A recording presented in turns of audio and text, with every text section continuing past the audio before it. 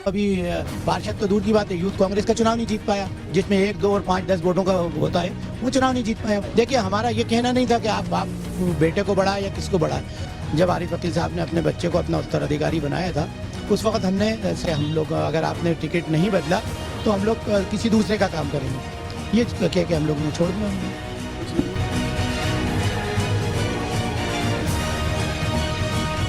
नमस्कार, स्वागत है नारद मुनि लाइव में और मैं हूं आपके साथ जुबैर कुरैशी। दोस्तों, अभी हम मौजूद हैं मध्य प्रदेश की राजधानी के उत्तर विधानसभा क्षेत्र में। उत्तर विधानसभा इस समय मध्य प्रदेश की सबसे हॉट सीट है, क्योंकि यहां से लगातार पिछले 30 साल से कांग्रेस से आरिफ अकील साहब विधायक रहे, यानी कि 3 दशक से वो विधायक रहे हैं। अभी हमारे साथ मौजूद हैं, यहाँ से 2 बार लगातार पार्षद रहे और एक बार उनकी अहलिया पार्षद रह चुकी हैं, मोहम्मद शाहिद साहब।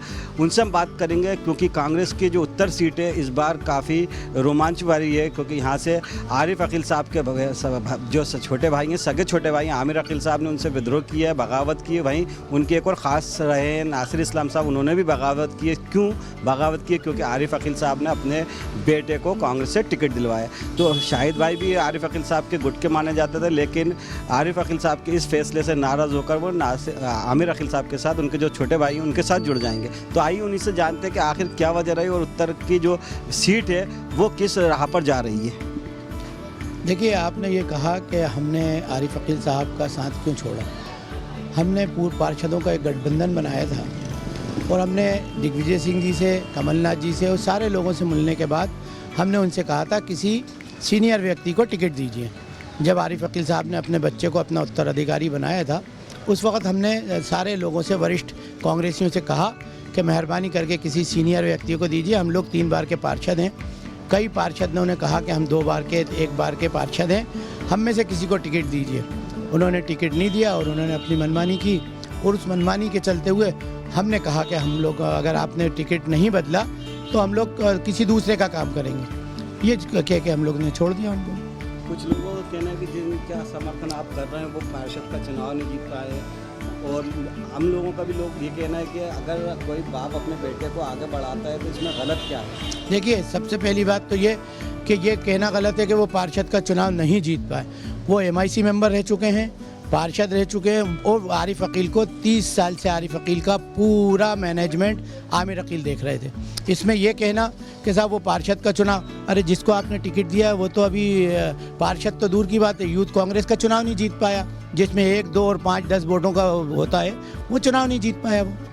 तो आप ये बात तो कहना आपका गलत है कि साहब वो आमिर अकील पार्षद का चुनाव नहीं। मेरा नहीं कहना, यहाँ के लोगों की इस तरह की राय, जो लोगों ये मेरी राय नहीं जी, लोगों का जो कहना है, आमिर अकील MIC मेंबर रह चुका है, पार्षद रह चुका है, ये कहना गलत है। दूसरी चीज़ क्या, ये भी कहा जा रहा है कि अगर कोई अपने बच्चों को आगे नहीं बढ़ाता, हर इंसान अपना बाप चाहता है कि उसका बेटा आगे बढ़े, अगर वो बढ़ा रहा है तो उसमें गलत क्या है। देखिए, हमारा ये कहना नहीं था कि आप बाप बेटे को बढ़ाए या किसको बढ़ाए।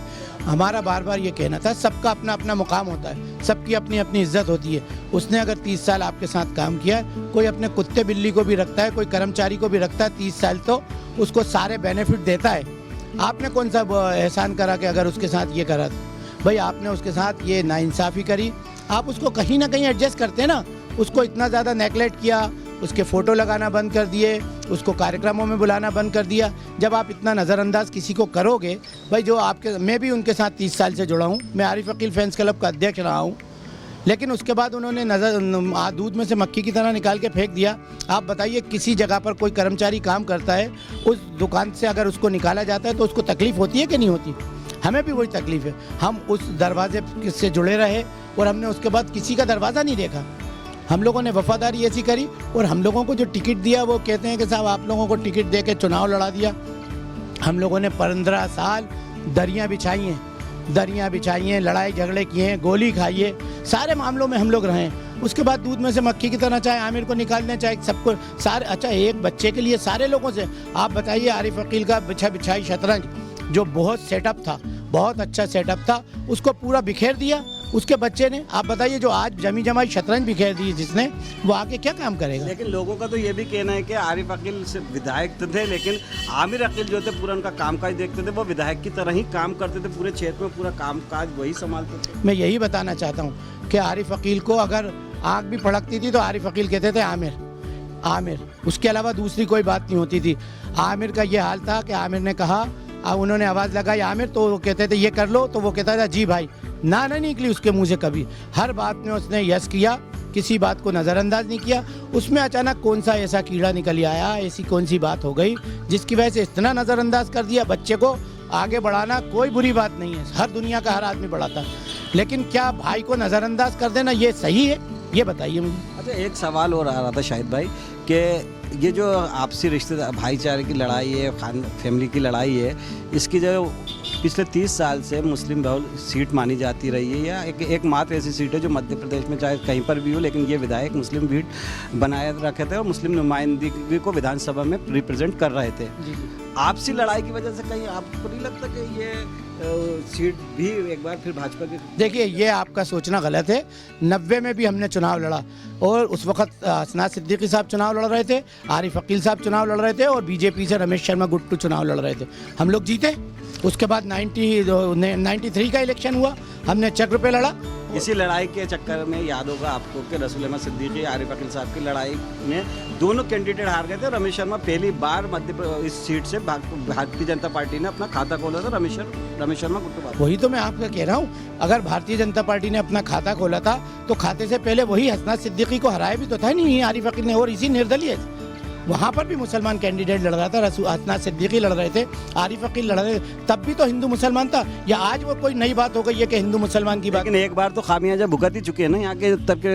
देखिए, मेरा मानना ये है, काम करे जो भी, चाहे कांग्रेस हो चाहे भारतीय जनता पार्टी हो। आप बताइए भोपाल उत्तर का हाल क्या है? आप 7 कॉन्स्टिट्यूंसियों में आप इसका कंपैरिजन करके देखिए। आप इसका कंपैरिजन करेंगे तो भोपाल उत्तर का हाल बदहाल हो चुका है। कोई काम नहीं हुए, कोर्ट यहाँ से चला गया, आरटीओ ऑफिस यहाँ से चला गया, कोई प्लेग्राउंड नहीं है, कोई बच्चियों के लिए कॉलेज नहीं है, सारे कॉलेज नए भोपाल में शिफ्ट हो गए। हम ये बताइए ना, हम किस आधार पर? हमारा ये कहना है हिंदू मुसलमान के नाम पर वोट मांग रहा है आप मांगिए अपने काम के ऊपर वोट। आप कहिए कि हमने ये काम करा है, भोपाल के लोग हमें वोट दें। आप काम के ऊपर वोट नहीं मांग रहा है। आप कभी आमिर अकील के रोने को सांप का आस्तीन का सांप बताते हैं, कभी हम लोगों को आस्तीन का सांप बताते हैं। हमारा कहना यह है, आप अपने काम के ऊपर वोट मांगिए, और अगर जनता भोपाल शहर की और उत्तर भोपाल की समझदार है, आप काम पे जब वोट मांगेंगे तो इंशाल्लाह वो ज़रूर डिफीट खाएंगे और आमिर अकील जीतेंगे। लेकिन ये बात तो आप अब कर रहे हैं जब आपको आमिर अकील को टिकट नहीं मिला। इससे पहले तो ऐसी कोई बात नहीं आती थी कि ये काम नहीं हो रहा। आप लोग भी तो आप विरोध कर सकते थे जब बेनज़ीर कॉलेज चला गया, या आरटीओ ऑफिस चला गया, या कलेक्ट्रेट ऑफिस यहाँ से चला गया, या नगर निगम यहाँ से चला गया। देखिए, यही सब बात, देखिए हमारे मुखिया कौन थे? आरिफ अकील साहब थे। हमारा उनसे हम लोग कहते थे, जो आप भी पार्षद रहे ना जी, हम जब पार्षद रहे, हमसे जो विरोध हो सका वो हमने करा। लेकिन हमारे मुखिया जो क्षेत्र के विधायक थे, जो बड़े मामलात में हमारे विधायक की दखल अंदाजी होती थी, और हम लोगों ने जब जहाँ ज़रूरत हुई उन्हें समझाने की कोशिश की। जो कहा जाता है कि भैया अपने घर की बात है, घर में रहना चाहिए, घर में बात करना चाहिए, वो हमने की। जब हमारी बातों को नहीं सुना गया, जब हमको नज़रअंदाज किया गया, तो मजबूरन हमें बाहर निकलना पड़ा। कुल मिलाकर शाहिद भाई, क्या रुझान आ रहा है इस बार? क्या उत्तर सीट पर कांग्रेस की वापसी होगी, या निर्दलीय फतेह करेंगे, या सीट वापस एक बार फिर बीजेपी के खाते में जा सकती है? क्या रुझान?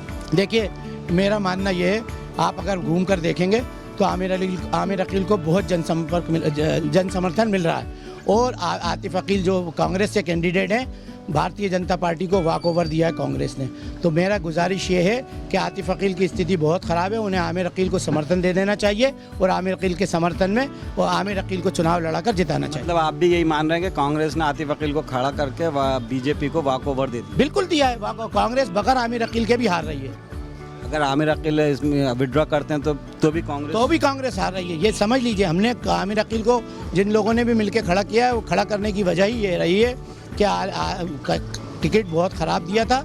इसकी वजह से हम लोगों ने एक ऐसे कैंडिडेट को खड़ा किया जो कम से कम भारतीय जनता पार्टी से मुकाबला कर सके। ये बहुत बड़ी बात कही है शाहिद साहब ने कि अगर आमिर अकील साहब या नासिर इस्लाम विड्रॉ भी कर ले तो कांग्रेस यहाँ से तब भी आ रही, क्योंकि कांग्रेस ने आतिफ अकील को खड़ा करके एक तरह से भाजपा को और आलोक शर्मा को वॉक ओवर दिया। अब आपकी क्या राय इस खबर पर? हमें अपनी राय कमेंट करके ज़रूर बताएं, और देखते रहे नारद मुनि लाइव। शाहिद भाई, आप हमारे साथ जुड़ा, आपका बहुत बहुत शुक्रिया। बहुत बहुत शुक्रिया। नमस्कार, जय हिंद।